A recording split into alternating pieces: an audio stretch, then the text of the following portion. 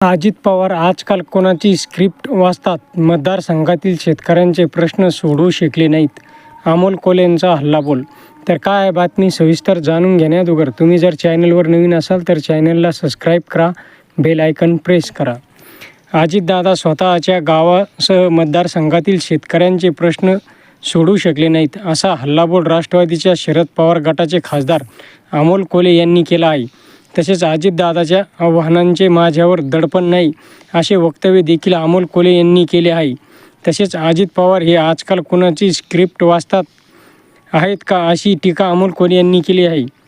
आजपासून अमोल कोल्हे यांच्या किल्ले शिवनेरीच्या पायथ्यापासून शेतकरी आक्रोश मोर्चा सुरुवात झाली. ह्यावेळी त्यांनी आता रडायचं नाही, लढायचं, आपल्या हक्काचं ठणकावून सांगायचं, असे म्हणत शेतकरी बांधवांना मोर्चात सहभागी होण्याचे आवाहन केले आहे.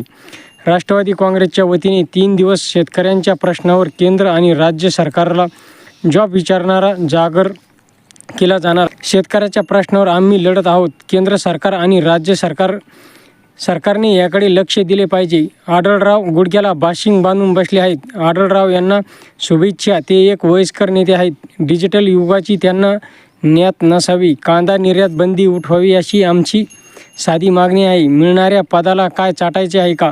आमच्यासाठी शेतकऱ्यांचे प्रश्न महत्त्वाचे आहे, असे अमोल कोल्हे यांनी यावेळी ठणकावून सांगितले. तसेच अजित पवार हे मोठे नेते आहेत, त्यांच्याविषयी मी बोलणार नाही. ही यात्रा सर्वसामान्य व शेतकऱ्यांच्या प्रश्नासंदर्भात आहे. कोणी हिला रोखू शकणार नाही, असे अमोल कोल्हे म्हणाले. तसेच 25 लाख कोटीचे कर्ज मोठ्या उद्योगांचे माफ होतात, पण शेतकऱ्यांचं कर्ज माफ होत नाही. त्या शेतकऱ्यांना आत्महत्या करावी लागत असेल तर सरकारला लाज वाटायला हवी, असा हल्लाबोल कोल्हेंनी केला आहे. संसदेत आम्ही शेतकऱ्यांचे प्रश्न उपस्थित केल्यानंतर आमचे निलंबन झाले.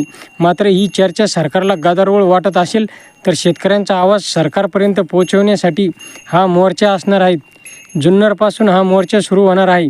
चाकणमध्ये भव्य मशाल मोर्चा आयोजित करण्यात आला आहे. तर शिरूर लोकसभा मतदारसंघ, बारामती लोकसभा मतदारसंघातून हा मोर्चा 30 डिसेंबरला पुण्यात धडकणार आहेत.